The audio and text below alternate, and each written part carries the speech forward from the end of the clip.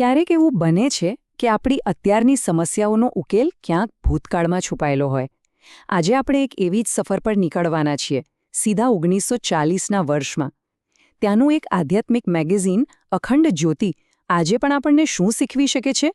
ચાલો સાથે મળીને આ જૂના પાનાઓમાંથી જ્ઞાનના મોતી શોધીએ. વિચારવા જેવો સવાલ છે, નહીં? શું એવું બને કે 80 વર્ષ પહેલાં કોઈએ જીવન જીવવાનો આખો નકશો તૈયાર કરી દીધો હોય? શું ખરેખર દુનિયા એટલી બધી બદલાઈ ગઈ છે કે પછી મૂળભૂત વાતો તો આજે પણ એ જ છે? ચાલો જરા ઊંડા ઉતરીને જોઈએ કે આ મેગેઝિન શું કહેવા માંગે છે. તો આ આખી વાતને સમજવા માટે આપણે એને 4 ભાગમાં વહેંચી છે. પહેલાં આપણે સાધકના મનની અંદરની દુનિયાને સમજીશું, પછી એ જોઈશું કે સિદ્ધાંતો પર જીવન કેવી રીતે જીવાય.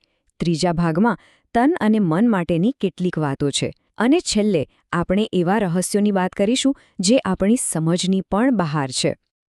તો ચાલો શરૂઆત કરીએ પહેલા વિભાગથી, સાધકનું આંતરિક વિશ્વ. વાત બહુ સીધી છે.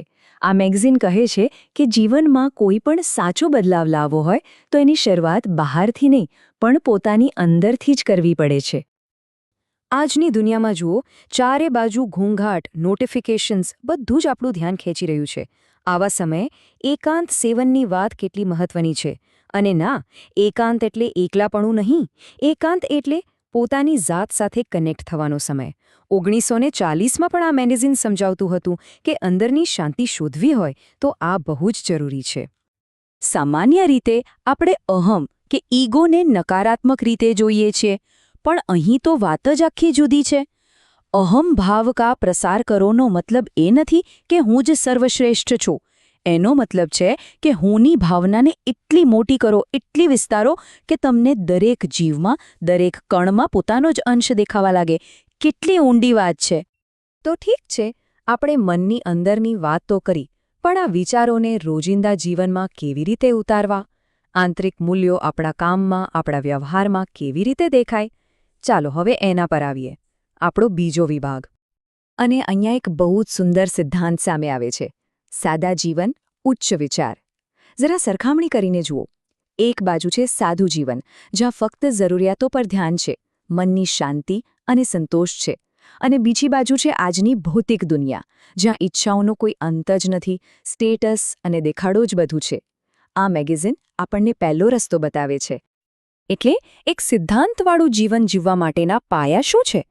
તો જુઓ, એ છે સાર્વભૌમ ધર્મ, એટલે કે માનવતાનો ધર્મ, જેમાં કરુણા હોય. પછી છે ઈશ્વરની સાચી પૂજા, જે બીજું કંઈ નહીં પણ માણસની સેવા છે. અને ત્રીજું છે અપરિગ્રહ, એટલે કે વસ્તુઓ પાછળની આંધળી દોડમાંથી મુક્તિ. આ કોઈ ચોક્કસ ધર્મની નહીં પણ માનવ ધર્મની વાત છે. એક બહુ મજાનો સવાલ પણ મેગેઝિનમાં પૂછવામાં આવ્યો છે. સાધક કા વેશ ક્યા હો? એટલે કે જે સાચો સાધક છે એના કપડાં કેવા હોવા જોઈએ? શું આધ્યાત્મિકતાનો સંબંધ બાહ્ય દેખાવ સાથે છે કે પછી એ ચારિત્ર્ય અને કર્મોની વાત છે? આ સવાલ આજે પણ એટલું જ સાચો છે, ખરું ને? ચાલો હવે ત્રીજા વિભાગ તરફ જઈએ. અહીં વાત છે તન અને મન માટેના જ્ઞાનની. એ સમયે પણ આ મેગેઝિન શરીર અને મન વચ્ચેના અતૂટ સંબંધને સમજતું હતું. એ માનતું હતું કે શારીરિક સ્વાસ્થ્ય અને આધ્યાત્મિક સ્વાસ્થ્ય અલગ નથી, બંને એકબીજા સાથે જોડાયેલા છે. અને જુઓ, કેટલીક ટિપ્સ તો એકદમ સરળ અને પ્રેક્ટિકલ છે, જેમ કે આ ઉષાપાન પ્રયોગ. એટલે કે સવારે ઉઠ્યા પછી બ્રશ કર્યા પહેલાં પાણી પીવાની આદત. કબજિયાત જેવી સમસ્યાઓ માટે કેટલું સીધો, સાદો અને કુદરતી ઉપાય બતાવ્યો છે. એટલું જ નહીં, એમાં સ્વરયોગની પણ વાત છે. આ શ્વાસનું વિજ્ઞાન છે. કેવી રીતે શ્વાસ દ્વારા આપણી જીવન ઊર્જા, એટલે કે પ્રાણને નિયંત્રિત કરી શકાય. એ બતાવે છે કે એમને મન અને શરીરના કનેક્શનની કેટલી ઊંડી સમજ હતી. અને સૌથી રસપ્રદ વાત તો એ છે કે એમાં માણસના શારીરિક લક્ષણો પરથી એના સ્વભાવને ઓળખવાની પણ ચર્ચા છે. મતલબ કે આ મેગેઝિન ખાલી આધ્યાત્મિક વાતો નહોતું કરતું, પણ એ સાયકોલોજી જેવા વિષયોને પણ સ્પર્શતું હતું. 1940ના સમયમાં આ વિચાર ખરેખર ઘણો આગળનો કહેવાય. અને હવે આપણો છેલ્લો વિભાગ. અહીં આપણે એવા મોટા અને ગહન રહસ્યોની વાત કરીશું જે આપણી રોજિંદી સમજની બહાર છે. એવા સવાલો જે માનવજાત હંમેશાથી પૂછતી આવી છે. આ સૌથી મોટો સવાલ છે.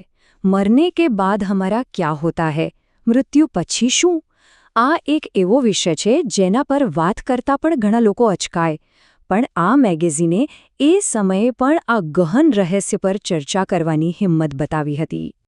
એટલું જ નહીં, એમાં મેસ્મેરિઝમ, જે હિપ્નોટિઝમનું એક જૂનું સ્વરૂપ છે, એની પણ વાત છે, અને સાથે નિદ્રા વિજ્ઞાન એટલે કે ઊંઘ પાછળનું વિજ્ઞાન. આ બધા વિષયો દ્વારા એ જાણવાનો પ્રયાસ થયો છે કે આપણા મનની અંદર, આપણા અવચેતન મનમાં કઈ કઈ શક્તિઓ છુપાયેલી છે. તો ચાલો આખી વાતનો સાર કાઢીએ. અખંડ જ્યોતિમાંથી આપણને કયું કાલાતીત જ્ઞાન મળ્યું? પહેલું, ઘોંઘાટથી દૂર પોતાની અંદર શાંતિ શોધો. બીજું, સાદગીથી જીવો અને વિચારો ઊંચા રાખો. ત્રીજું, મન, શરીર અને આત્માના જોડાણને સમજો. અને ચોથું, જીવનના મોટા રહસ્યો પર સવાલ કરતા ડરો નહીં. આ બધી વાતો આજે પણ એટલી જ સાચી છે. તો અંતમાં બસ એક જ વિચાર: શું એવું બની શકે કે આપણા ભવિષ્યની મોટી મોટી સમસ્યાઓનો ઉકેલ, સૌથી અસરકારક રસ્તો આપણા ભૂતકાળના આ જ જ્ઞાનમાં છુપાયેલો હોય? આના પર જરૂર વિચારજો.